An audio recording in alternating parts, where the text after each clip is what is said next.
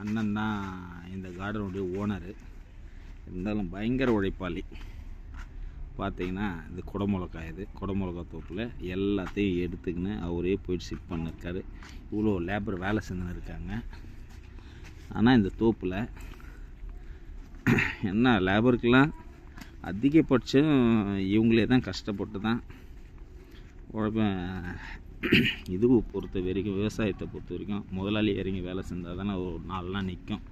அது மாதிரி சுச்சுவேஷன் தான் இப்போ போய்க்கின்னு இருக்குது. முதலாளியே இப்போ எடுத்துக்கின்னு அவர் இங்கேருந்து லோட் பண்ணி எடுத்துக்கின்னு அங்கே போய்க்கின்னு இருக்கா போல். எவ்வளோ லாங் பாருங்கள். அந்த குடோன் வரைக்கும் நானும் காமிக்கிறேன். ஒரு விவசாயிக்கும் ரொம்ப கஷ்டம்தான். லேபருங்களை வச்சு வேலை வாங்குறதும் சரி, விவசாய தொழிலும் அப்படி தான். வேகமாக போகலண்ணா, நம்ம அந்த குடோனில் அந்த மிளகா கொட்டை அந்த காட்டலாம்.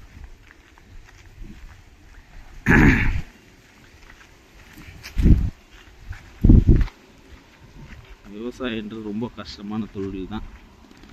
இதுக்கு இந்த குடமிளகா தோப்புக்கு வந்தோம். ஓசு இருக்குது, ஓய்க்கின்னு இருக்குது. இது ஒரு இதில் ஒரு குடமிளகா இருக்குது. இந்த பில்டிங்லேயும் ஒரு இது இருக்குது, அந்த பில்டிங்லேயும் இருக்குது. 3 பில்டிங் போட்டுக்கிறாங்க. இதுதான் அவருடைய அமைப்பு.